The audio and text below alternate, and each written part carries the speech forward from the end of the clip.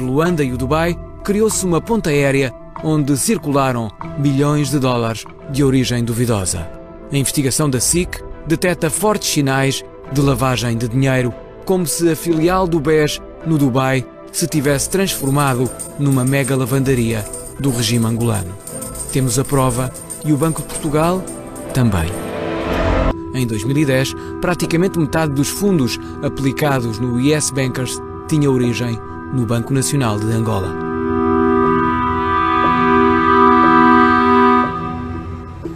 Em 2010, os 563 milhões de dólares do Banco Nacional de Angola, administrados pelo Yes Bankers Dubai, estavam aplicados na agência do BES em Londres. Estavam integralmente investidos em emissões de dívida, parte dela associada ao Grupo Espírito Santo. É certo que um ano depois, em 2011, o Banco Nacional de Angola fechou esta conta e o dinheiro seguiu para outras paragens.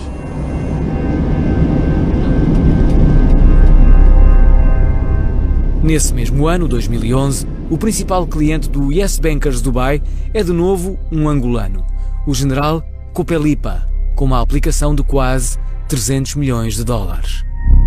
Quase 27% do total aplicado na filial do BES do Dubai. Daí, o dinheiro seguiu para outras paragens, uma parte aplicado em ações da Espírito Santo Internacional, a cabeça do grupo Espírito Santo, outra num depósito na filial do BES no Panamá. Domingos Manuel Inglês, muito próximo do general Copelipa, subiu o investimento de 9 milhões e 300 mil dólares em 2010 para 50 milhões e 600 mil em 2011. A maior fatia do investimento de Domingos Manuel Inglês estava aplicada na Rio Forte. Em 2011, o general Dino, Leopoldino Fragoso do Nascimento, baixara a sua aplicação de quase 44 milhões de dólares em 2010 para 32 milhões, integralmente investidos em títulos de empresas do Grupo Espírito Santo. São pessoas da confiança do Presidente. Basta ver que o general Copelipa, que está na presidência há várias décadas, em muitos momentos na história recente de Angola, foi ele o verdadeiro chefe das Forças Armadas, muito mais importante que o chefe oficial das Forças Armadas. Na verdade, uma espécie de controleiro político. O José Eduardo Santos foi extremamente astuto na forma como construiu o seu poder ao longo dos anos. Fê-lo através da cooptação, da compra das pessoas, de dar às elites do partido, das Forças Armadas, oportunidades de enriquecimento. E a presença de generais angolanos no setor financeiro angolano desde o início do século XXI é talvez a peça-chave desse favorecimento dos generais. Na lista enviada pela DFSA ao Banco de Portugal, no decurso de 2011, há outros nomes da chamada elite angolana para lá dos generais Copelipa e Dino e de Domingos Manuel Inglês. Emanuel Madaleno, por exemplo, em 2010 e 2011, manteve aplicações superiores a 10 milhões de dólares. Madaleno é irmão e sócio de Álvaro Sobrinho, o escolhido por Ricardo Salgado para liderar o BES Angola. Saiu em 2013 pela porta dos fundos. Como é que uma pessoa que é administradora de um banco, por melhor que ganhe, acumula uma riqueza de muitas dezenas de milhões de euros? Olha, eu não lhe vou responder esta pergunta do meu fórum pessoal. O Soutor falou das relações bioníficas entre Portugal e Angola. Eu pergunto-lhe se ao nível do mundo financeiro essas relações são bioníficas. Tudo tem que ser melhorado. Angola não tem mais poder agora que tinha relativamente a Portugal. Portugal não está, a banca portuguesa não está quase nas mãos de Angola nesta fase, Soutor? Não acho isso. Acha que a banca portuguesa está nas mãos dos chineses? Estou-lhe a fazer uma pergunta relativamente à Angola. Não, é uma desproporção.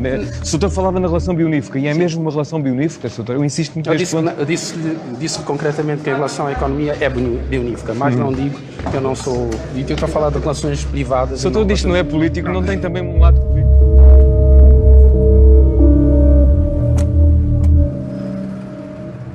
Se restabelecermos a ponte aérea entre Angola e o Dubai, os milhões milagrosamente desaparecidos nos tempos em que Álvaro Sobrinho geria o BESA podem afinal começar a deixar rasto.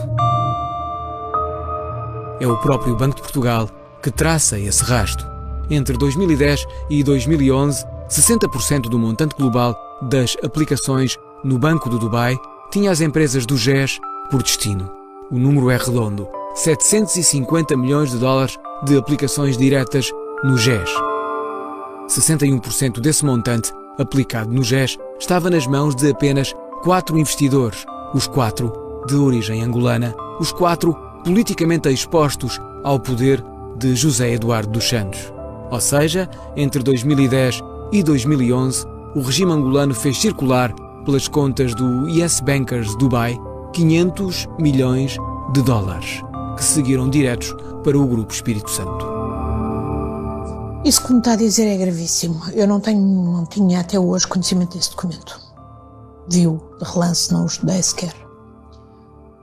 Mas não me espanta, porque há muitos outros indícios de personalidades altamente posicionadas no regime angolano, a começar pelo Presidente e a família do Presidente,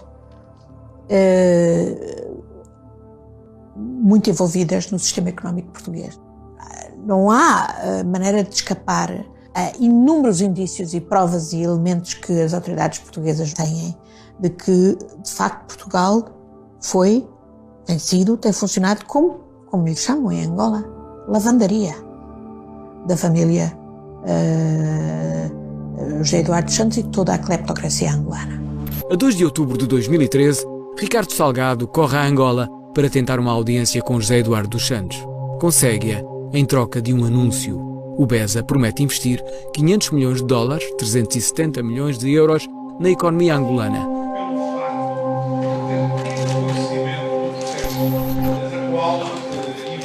Só no decurso da Comissão Parlamentar de Inquérito, o administrador que Ricardo Salgado quis que lhe sucedesse reconheceu que o objetivo desse encontro foi, afinal, comprometer José Eduardo dos Santos. Em outubro de 2013, o Sr. Presidente da República de Angola concedeu uma audiência ao Dr. Ricardo Salgado, onde estive presente em conjunto com o Dr. Rui Guerra e o Dr. Daniel Proença de Carvalho. Nessa ocasião, o Sr. Presidente da República manifestou disponibilidade para apoiar o BESA a suprir eventuais dificuldades que viesse a evidenciar. Este apoio veio a materializar-se na emissão da garantia autónoma soberana de 5,7 mil milhões de dólares, que cobre 70% da carteira de crédito total. Consciente do estado pré-comatoso do BESA, depois de detectado o buraco aberto durante a liderança de Álvaro Sobrinho, Salgado foi negociar a garantia do Estado angolano com o objetivo de travar a queda do banco.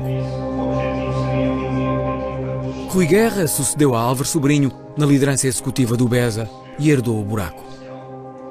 Aquilo que enfrentámos em janeiro de 2013 foi uma situação em termos de liquidez e de transacionalidade do banco muito difícil. Ricardo Salgado pediu, José Eduardo dos Santos concedeu.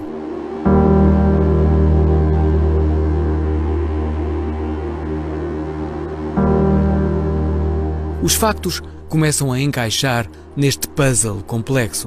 O papel que o Yes Bankers Dubai verdadeiramente representou no escândalo BES serve-nos de guião ao óbvio.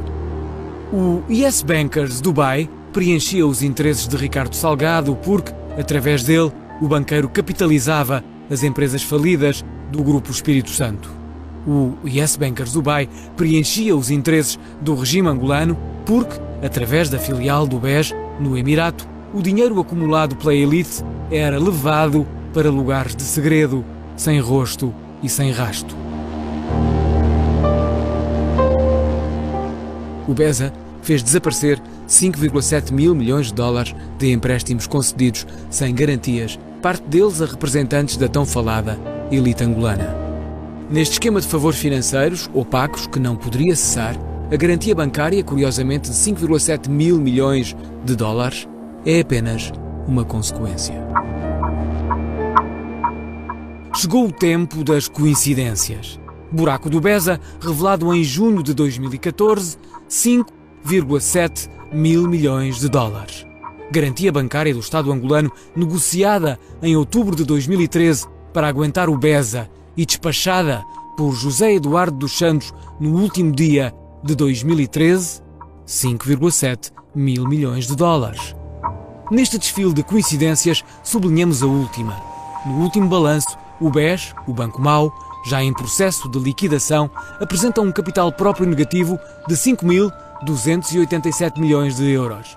Feita a conversão em dólares, a moeda que temos estado a usar nestas coincidências, a famosa cifra dos 5,7 mil milhões de dólares surge de novo, quase a papel químico. Esta coincidência no topo do bolo transporta a óbvia conclusão. Se o governo angolano não tivesse retirado a garantia bancária, o BES teria escapado ao terremoto provocado pela contaminação da área financeira pela não financeira. E o escândalo, na sua dimensão plena, que hoje conhecemos, ficaria certamente encoberto mais uns tempos. O Dubai é a amostra que permite perceber o esquema que a administração de Ricardo Salgado usou para alimentar as sedentas empresas do Grupo Espírito Santo. A 14 de junho de 2012, o Banco de Portugal nem hesita na conclusão. A filial do BES no Dubai transformara-se numa entidade de passagem de fundos angolanos que estavam a financiar o GES. E perante esta evidência, o próprio Banco de Portugal coloca a última peça do puzzle, associando a este esquema o BES Angola. A filial de Angola tinha, aliás, como acionistas de referência os dois generais que lideravam a lista dos maiores clientes do Yes Bankers Dubai, Copelipa e Dinho.